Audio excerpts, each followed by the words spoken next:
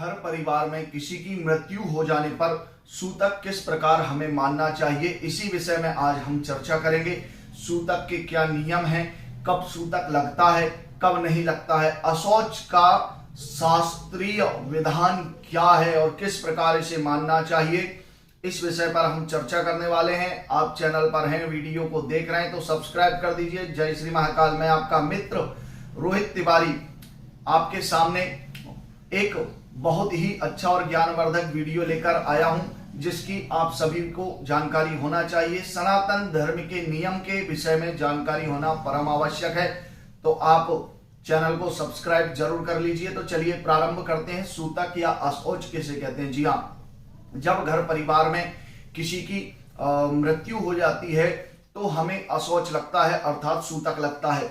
सूतक के नियम धर्म ग्रंथों में वैसे तो विस्तार से काफी बताए गए हैं, लेकिन मैं आज आपको ऐसा सूक्ष्म और सरल नियम बताने वाला हूं जिससे शास्त्र की मर्यादा भी भंग नहीं होती है और नियम भी पूर्ण हो जाता है। तो सबसे पहले बात करते हैं हम मृत्यु सूतक के विषय में। यदि किसी बालक का जन्म हो या किसी भी संतान का जन्म हो और उसकी आयु 10 वर्ष से 10 दिन से कम है, अगर संतान का जन्म हो और उसकी आयु 10 दिन से कम है, तो इस स्थिति में माता और पिता को 3 दिन का अशौच सूतक लगता है और सपिंड को 1 पीढ़ी से 7 पीढ़ी तक को सपिंड कहा जाता है। उन्हें स्नान मात्र से शुद्धि हो जाती है, ऐसा गरुड़ पुराण में बताया गया है। अब हम पहले मैं आपको बता देता हूं कि सपिंड किसे कहते हैं। 1 से 7 पीढ़ी तक को सपिंड कहा जाता है और सोदक कहा जाता है 8 से 15 पीढ़ी तक को, और 16 पीढ़ी से 21 पीढ़ी तक को सगोत्र कहा जाता है। तो आप समझ गए होंगे। अब आगे बात करते हैं, सूतक कितने दिन का मान्य होता है या किस वर्ण के लोगों को कितने दिन का सूतक लगता है। तो इस विषय में गरुड़ पुराण में कहा गया है, ब्राह्मण को 10 दिन का अशौच सूतक लगता है, क्षत्रिय को 12 दिन का, वैश्य को 15 दिन का और शूद्र को 1 महीने का अशौच सूतक लगता है। इसका गरुड़ पुराण में विस्तार से हमें उल्लेख देखने को मिलता है। निर्णय सिंधु आदि ग्रंथ में भी हमें देखने को मिलता है।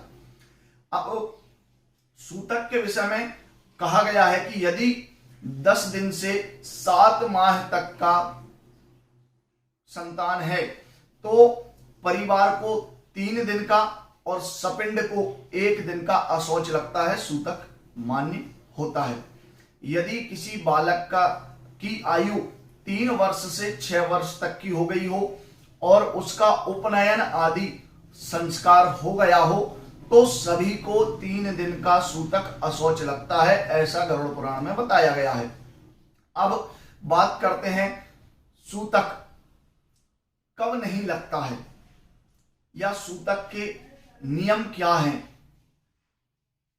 तो इस विषय में गरुड़ पुराण निर्णय सिंधु आदि ग्रंथ में हमें देखने को मिलता है कि यदि हम कोई धार्मिक अनुष्ठान कर रहे हैं, अर्थात धार्मिक पूजन पाठ कर रहे हैं जिसमें हमारा वर्ण हो गया हो और वह पूजन पाठ काफी लंबा है, जैसे नवरात्रि का उत्सव है आदि, हमारे घर में हम कोई अनुष्ठान वगैरह कराते हैं, तो उस स्थिति में जब हमारा वर्ण हो जाता है तो वर्ण होने के बाद हम उस अनुष्ठान के प्रति व्रती हो जाते हैं, उसके बंधन में बंध जाते हैं। तो इस स्थिति में सूतक का किसी भी प्रकार का कोई दोष नहीं लगता है, उस समय सूतक मान्य नहीं होता है। हमें अनुष्ठान को अधूरा ना छोड़कर उसे पूर्ण करना चाहिए। जब तक वह पूर्ण नहीं होता है तब तक किसी भी प्रकार का अशौच नहीं लगता है। उसके बाद यदि हम तीर्थ यात्रा पर गए हैं, देव दर्शन के लिए गए हैं या तीर्थ यात्रा, नर्मदा परिक्रमा या किसी भी धार्मिक तीर्थ स्थान की यात्रा पर हैं, तो इस स्थिति में हमें यात्रा को अधूरा नहीं छोड़ना चाहिए, उसे पूर्ण करना चाहिए, तब भी हमें अशौच नहीं लगता है। सूतक का किसी भी प्रकार का कोई दोष नहीं लगता है।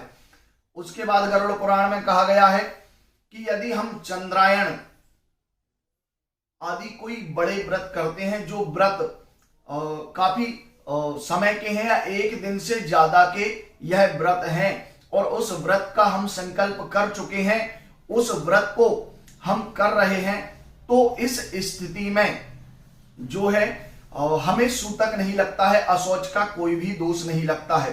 अब हम बात करें कि यदि विवाह है, घर परिवार में विवाह हो रहा है और उस विवाह के समय के बीच में यदि किसी की मृत्यु हो जाती है, सूतक लग जाता है, अशौच हो जाता है, तो क्या सूतक मान्य होगा?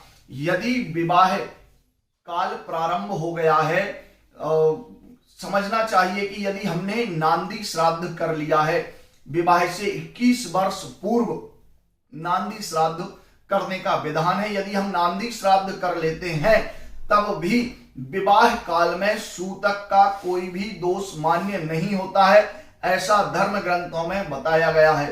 तो कभी भी अगर ऐसी कोई स्थिति नजर आती है और आप इस परेशानी में फंस जाते हैं तो मेरे बताए नियमों के आधार पर आप आगे चल सकते हैं।